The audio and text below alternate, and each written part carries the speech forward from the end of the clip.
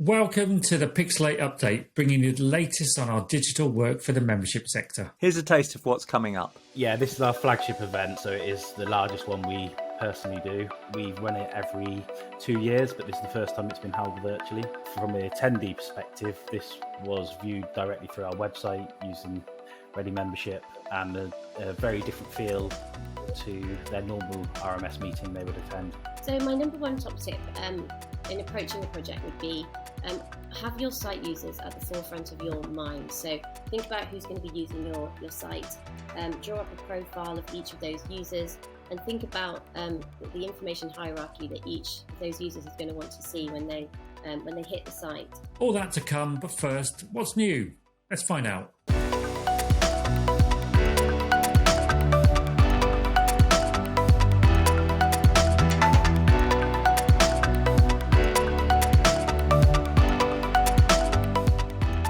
So the headlines this month. First up, we've got scaling and testing for the cloud. So this has been a real theme for the production team this month around stress testing our applications for launch. So you're going to be hearing later from Adam Clay at the RMS, who launched his virtual event. One of the things that we wanted to make sure when we launched that was that we would be able to cope with the volumes of concurrent traffic that would be hitting the platform. So one of the things that we've been working on is how to model traffic, model predicted loads, monitor that, and then be able to scale our platforms accordingly. So when the RMS event was set up, we'd previously tested the volumes of traffic that we expected to receive. And on the day, we scaled up the platform. The network team monitored it live, and we were able to adjust the levels accordingly. As it happened, the testing was spot on, and the levels that we'd set up in load tests before were able to cope with the levels that we saw in production. Similar theme, really. We've got another client coming up who's launching an event in September, where they're going to be needing to announce event bookings for their their business, where a high degree of bookings will happen in a really short space of time. So bookings open at 10 a.m.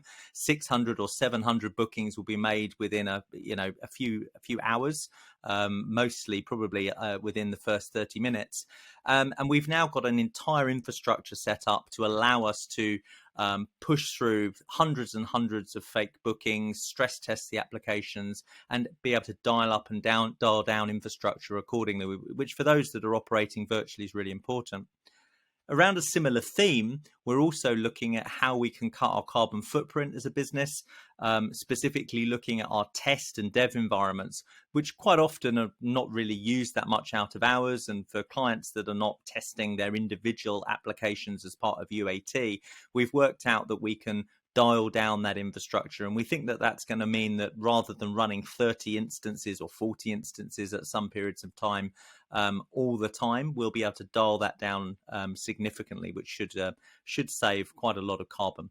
Next up, we've just launched our new payment system and also our automatic tax recognition for digital products. So these could be ebooks or e-courses and things like that. So one of the big changes really is when you then purchase these products from outside of your originating country, the tax that you pay is based on where you are consuming it, not where it was produced. So what we do, we automatically calculate that now. So when you go through the checkout process, any tax that is relevant, we then ask the purchasers to pay. And the good thing about that as well, that flows really, really neatly into things like Xero. So that then allows the accountants to create returns specifically for tax that they've collected for outside of your originating country, outside of the UK or wherever you're based. So a few launches this month. First of all, we can talk about Property Mark. So that was a really significant project that we've been working on now for nearly 2 years, which is a integration with Microsoft Dynamics. And that includes Eventfolio, which is our events platform. It's got groups, it's got shops. It's also got obviously company-based membership and renewals with various company pay options. That's a really quite significant site. It's been worked on by one of the teams now for quite some time. Very, very pleased to see that one go over the line. So a number of new starters this month, really around our continued growth, but also to support our service delivery. So we have Rosa, who's joined as a marketing manager in the marketing team. We have Rakina, who's joined as a digital designer. She's got a great background in UI UX, so I know she's going to be really helping that team around, certainly around pushing some of our products forward. We have Karen, who's joined as social media manager, and we also have Georgia, who's joined as a senior product delivery manager. And finally, we've got a shortlisting for some Memcom awards. So first up, we have Best Website for the Institute of Materials, Minerals and Mining. We're also up for Best Use of Technology, so that's for the Federation of Master Builders. And lastly, Pixl8's been shortlisted for Agency Team of the Year. So we're crossing our fingers and toes for September.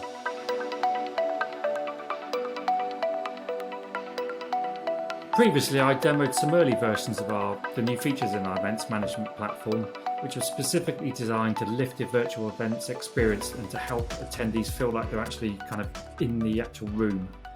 Well, these features have now been used for the first time with the Royal Microscopical Society, and it wasn't a small-scale event. The MMC Congress 2021 took place online from the 5th to the 9th of July, and it was hosted on the Ready Membership platform, and it showcased talks, post-presentations, and prize-giving sessions. And I'm now luckily joined by Adam Clay of the RMS. So, Adam, thanks for joining us. And can you tell us a little bit about what your role at RMS and your involvement with organising the conference? Yeah, so I'm the finance director of the RMS, but I've got many different hats that I wear. So my role within the conference this time was to facilitate the development alongside Pixl8 and look at the best ways we can make MMC work functionally for attendees and exhibitors alike. I think it would be a good idea to get an idea of the size of the MMC conference. So, Adam, could you give me some idea of the number of attendees and kind of how the sessions and streams broke down? Yeah, so we had over 1,200 attendees throughout the conference. It had 108 sessions over the 5 days, 6 simultaneous live streams, and over 51 commercial sponsors supporting the event. In total, I think there was roughly around 230 different speakers throughout the 5 days. That's pretty mammoth. Would you say that that's a pretty standard conference for yourselves, or is this showcase event really for yourselves? Yeah, this is our flagship event, so it is the largest one we personally do. It's very different to the normal events the RMS hold. However, we run it every 2 years, but this is the first time it's been held virtually. Okay, and for this particular one, you use a bit of a mix, didn't you, between kind of Vimeo and Zoom? Yeah, so we had different sessions. So we had scientific sessions, which are streamed via Zoom through Vimeo to the website. And we also had commercial workshops, which were external links to Zoom, which was all hosted within the Ready Membership platform. And I guess this was not just different for yourselves, but I imagine the speakers had never really been involved in something like this before as well. I think from the speaker experience, it was very similar to what they're used to. As they had the conversations directly in Zoom, the session chair was asking the questions in Zoom. However, from an attendee perspective, this was viewed directly through our website using Ready Membership, and a very different feel to their normal RMS meeting they would attend. It's really tricky to have that feeling of attendees talking to other attendees. But what did you do in the platform to allow you to try and bring as close of a interaction between attendees as possible? So we had a range of open Zoom links that people could join, mainly for sort of poster discussion. Within the Zoom, we had multiple breakout rooms where people could go off and discuss a specific poster and have conversations around it. And we also used our app to facilitate one-to-one conversations and follow up from sessions with any questions that an individual may have. Have you had any feedback from the attendees, Adam, on how they enjoyed the event? Yeah, so the attendees thoroughly enjoyed the event. They were very happy with the scientific content and the delivery of the Congress. So I think it's looking very positive in the early stages. Did they give any feedback about the kind of the chat functionality and some of the other things that were built for the event? Yeah, so we received some positive feedback around the navigation between streams. So they found it very easy to find the stream and switch quickly between talks, which we found a very good benefit of the product. With the event as well, there was a QA functionality and with the chat on a physical event. Do you tend to have that interactivity between the speakers and the attendees, or was this quite a unique, I guess, feature from having it as a virtual event? It made the Q&A very easy to manage. Obviously, there was a separate question and answer box which could be utilised and easily monitored by the chair. During a in-person event, the microphone is normally passed around the audience for the questions, which obviously adds timing issues into the talks. So it facilitated that. When it's a physical event, do you tend to record all the sessions as well, or no? We've never recorded sessions in the past, so this is the first time. Are you planning on using that content? It's now available on demand, so attendees of the event can go back and watch any sessions they may have missed, and also revisit any of the live talks. You said earlier that you had 51 exhibitors at the event as well. So obviously, exhibitors is massively different between a virtual and a physical event. But have you had any feedback really from them yet? We haven't had feedback directly from them yet. However, before the event, we approached our corporate advisory board to receive sort of feedback on how they would see a virtual event operating for the commercial sponsors. And we fed that back to Pixl8, and the exhibitor area is as they requested. So it seemed to meet all their initial requirements. So hopefully we'll have some positive feedback from our commercial sponsors. And now that we're kind of unlocked, at least temporarily, is your kind of mind starting to focus on the days when you can start to have physical events now? Or I think ideally our community would like to return to physical events. However, I think there's also going to be a high demand for either hybrid or a combination of physical and virtual events.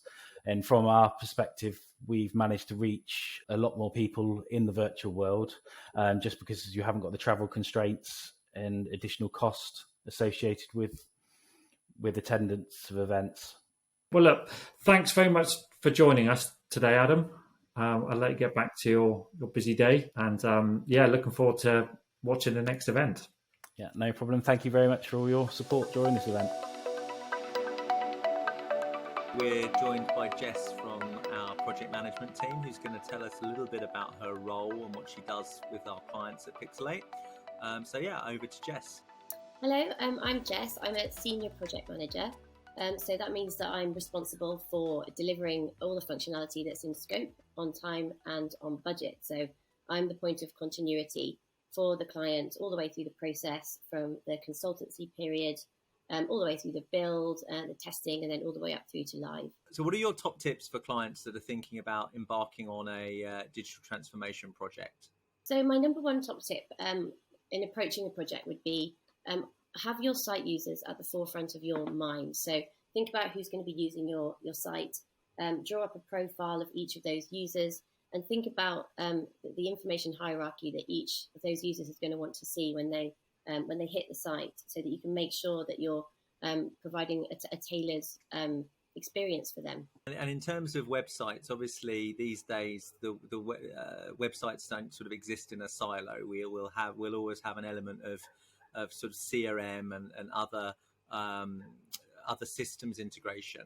In terms of getting everything all sort of talking harmoniously, what are the sort of things that you come across in projects that can sort of unseat projects? So what are the sort of things that people need to be aware of when they're looking at sort of creating a bit more of an integrated product? First and foremost, it's important to try to always opt for the most simplistic solution, which sounds like it might not necessarily be the most convenient solution, but actually the less convoluted the solution, the better in the long run, because we find that heavily customized sites are quite difficult to, or more difficult to maintain. If you want to upgrade or update the technology, it means that dev is having to work around these very specific customizations that you've put into place. So, we practice agile project management at Pixl8, and one of the principles of agile is to always try to keep technical solutions as simple as possible, wherever possible. In terms of working with different sizes of organizations, obviously larger organizations may have a PMO, they may have their own projects team,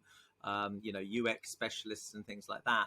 But when you're working with sort of small to mid-size membership associations, how do you think they should prioritize the project, relative to the fact that they've all got day jobs? Before you embark on the project, it's really important to think about who's going to support you during the build, because it's not all just the agency building. It does building a platform does require a substantial amount of time from our clients. To put aside that time, building pages, being there, being responsive to the PM. So there's quite an investment there that you need to think about. Ideally, you would have a team around you, and we've seen that usually carved up around departments. So you may have events, you may have finance or marketing, taking responsibility for different parts of the site. So it's just important to think up front who your team's going to be, and what they're going to be responsible for. We're always dealing with people day to day, but people always have their own customers, their own customers internally, be that their sort of senior leadership team or their members, who they need to kind of, manage their expectations. So how at Pixl8 do we sort of help the project manager or the consultant client side to sort of manage other stakeholders and sort of keep them abreast of, how projects are going? So stakeholder management is really key, and I think your PM can be really useful in helping to guide you around that. You can find that if you introduce your ideas and concepts too early, sometimes to your stakeholder group, they might not be able to visualize what you're meaning to do. But obviously, if you go too far down the line, you may have produced something that you haven't then got buy-in to produce. So it's that sweet spot, making sure that you bring people in at key points, and your PM will have seen this pattern, this process through all of the clients that they've worked with. So they're quite useful to lean on to us for guidance around that. So there are key points in the project that your PM can advise, that you then include your wider stakeholder group. And in terms of timings, obviously the assumption is that, we need to make these visuals or we need to design this technology. But quite often there are some other factors, certainly on sort of CRM projects where, regardless of whether we're delivering CRM or not, in terms of data integration, those kind of things, which we know from surveys are always the kind of things that organizations have challenges with. Yeah, absolutely. It's really important to get your house in order with the data. It might not be the most glamorous part of the project, but it's really a fantastic opportunity to spring clean that data and get it into shape. So invest some time into, maybe even get a third party to come and dedupe it or to cleanse it. Also interrogate what you've been collecting, because there's often lots of legacy data in old systems that have been sitting about and have always been collected, but nobody really knows what is done with it, in which case interrogate it. And if you don't need it, don't migrate it. Equally, there might be data points that might be really valuable, which you might want to think about weaving into the new project. So it's a really fantastic opportunity to look at what you're collecting and really purge that and make sure that it's strategically sound. Once things have started to be built, when do clients sort of get involved with the project from a sort of more hands-on standpoint? When do we start involving them either in sort of sign-offs or when do they start to get sort of to play with the systems? Well, pretty much straight away, actually. Because we develop things iteratively, we really like to show things off the bat, version 1, and get that feedback straight away so we can start refining and honing it. So one of the very first things we'll do straight after the scope has been written is set up your environment for you, so you can come into your test environment, mess about with it, play around with all the widgets and get familiar with the environment. And then we'll obviously start building, and ideally we'd be working with a key stakeholder. So your PM, i.e. me, would be in regular kind of weekly or more contact with stakeholder on your side and be regularly demoing things that we developed that week, getting their opinions and feedback on it, and then feeding in your comments for refinement. So it's a really it's an upfront process, and it's all the way through continuously through the project. In terms of keeping that kind of energy and sort of transformation mindset, should clients sort of continue to engage with Pixl8 or their agency to sort of think about the development of the product ongoing?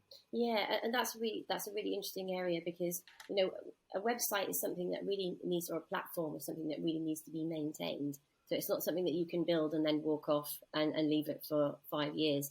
There's constantly new technology that we can refresh. Again, the data needs to be looked at all the time and refreshed. So it's something that you should look at, which will need a little bit of investment each year. Mm-hmm. So it's great to speak to your consultant or your project manager and talk about what your long-term plans are for the site strategically, and then you can plan together what kinds of enhancements you might want to make to the site in the coming year or 2 years' time. Any last sort of top tips? Be prepared to be collaborative, and be prepared to maybe change tact if something happens along the way. Be prepared to listen to outside of the box solutions, and try not to solutionize. Try to just let the agency know what you want the outcome and the experience to be, and let them design something that will work perfectly for you. Yeah, that's really great. I think communicate your objectives and your sort of outcomes, rather than this is how I want it to work because I've seen that's how Facebook does it. Exactly. And I think that's a really good sort of really good final point. Thank you. Thanks very much, Alex. So that's all for this month. We've got more tips and insights for you in our newsletter, The Forward, link on the screen and in the post below. And if you like what you've seen, please do like this video. Plus subscribe to our YouTube channels to be notified whenever there's a new video. See you next time. See you next time.